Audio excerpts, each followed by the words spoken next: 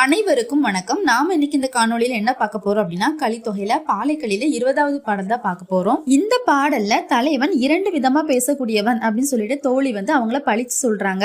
எப்படி அப்படி 2 விதமா பேசுறாங்க அப்படின்னா, கல்யாணத்துக்கு முன்னாடி அவங்க சொல்லியிருக்காங்க, நான் உன்னை விட்டு பிரிய மாட்டேன், எப்பவும் உன் கூடயே தான் இருப்பேன் அப்படிலாம் சொல்லிதான் தலைவி திருமணம் செஞ்சிருக்காங்க.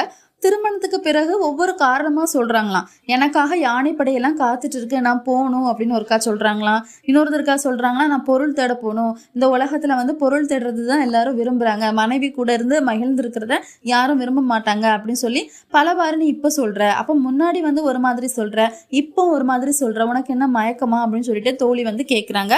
அந்த பாடலை பாருங்க. பால் மருள் மறுப்பின் உரல் புரை பாவடி. முதல்ல ஒரு யானையை சிறப்பிக்கிறாங்க. யானையினுடைய சிறப்பான அம்சம்னாலே அதோடைய தந்தம் தான். தந்தத்தை எப்படி சொல்றாங்க பாருங்க. பால் மருள் மறுப்பின், பாலே மருண்டு போகிற அளவுக்கு வெண்மையா இருக்குது அந்த யானையினுடைய தந்தம். உரல் புரை பாவடி, உரல் போன்ற பருத்த அந்த அடிகள். ஈர் நரும் கமல் கடாத்து, எப்பொழுதுமே ஈரம் பட்டு அப்படியே மனம் வீசி கொண்டிருக்கக்கூடிய, கமழ்ந்து கொண்டிருக்கக்கூடிய அந்த வாய், அந்த கண்ணம். இனம் பிரி ஒருத்தல், யானை கூட்டத்திலிருந்து பிரித்து கொண்டு வரப்பட்ட யானைகள். அதாவது யானைகளை பொதுவாக வீட்டில் வளர்க்க மாட்டாங்க. ஏன் அப்படின்னா, அதுக்கு சாப்பாடு கொடுக்க முடியாது, ஏன்னா அது நிறைய சாப்பிடும் இல்லையா, அதனால அது காட்டிலே வளரட்டுன்னு விட்டுருவாங்க.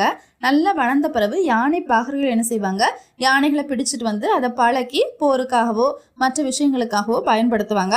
அதனால தான் இங்கே எப்படி கொடுத்துருக்காங்க அப்படின்னா, இனம் பிரி ஒருத்தல். இது வளர்க்கப்பட்ட யானை கிடையாது, இனத்திலிருந்து பிரித்து கொண்டு வரப்பட்ட காட்டு யானை அப்படின்னு சொல்றாங்க. 6 கடி கொள்ளும் வேறு புலம் படர்ந்து, நீ இந்த புலத்திலிருந்து இன்னொரு புலத்துக்கு போக போற, அந்த புலத்துல யானை படைகள்லாம் நிக்கு, அந்த வழியா தான் நீ போக போற. 6 கடி கொள்ளும் வேறு புலம் படர்ந்து, எதுக்காக போக போற, இடத்துல என்ன சொல்றாங்க பாருங்க. பொருள்வையின் பிரிதல் வேண்டும் என்னும் அருளில் சொல்லும் நீ சொல்லினையே. அந்த மாதிரி யானை படைகள் நிறைந்த இடத்திற்கு நான் பொருள் தேடி போறேன், பொருள் தேடி நான் போய் தான் ஆகணும், உன்னை பிரிஞ்சுதான் ஆகணும்னு இன்னைக்கு நீ இப்படி சொல்ற. அருளில் சொல்லும் நீ சொல்லினையே, அருள் இல்லாத சொற்களை இப்போ நீ சொல்லிட்டு இருக்க.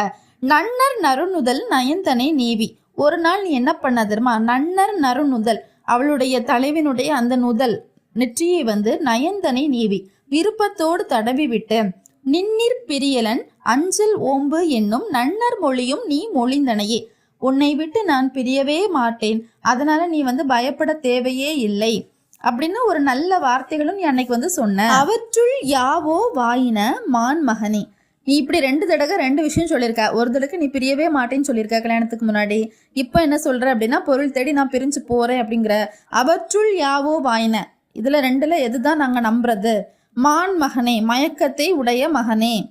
கிழவர் இன்னோர் எண்ணாது பொருள்தான் பழவினை மருங்கின் பெயர்பு உரையும்.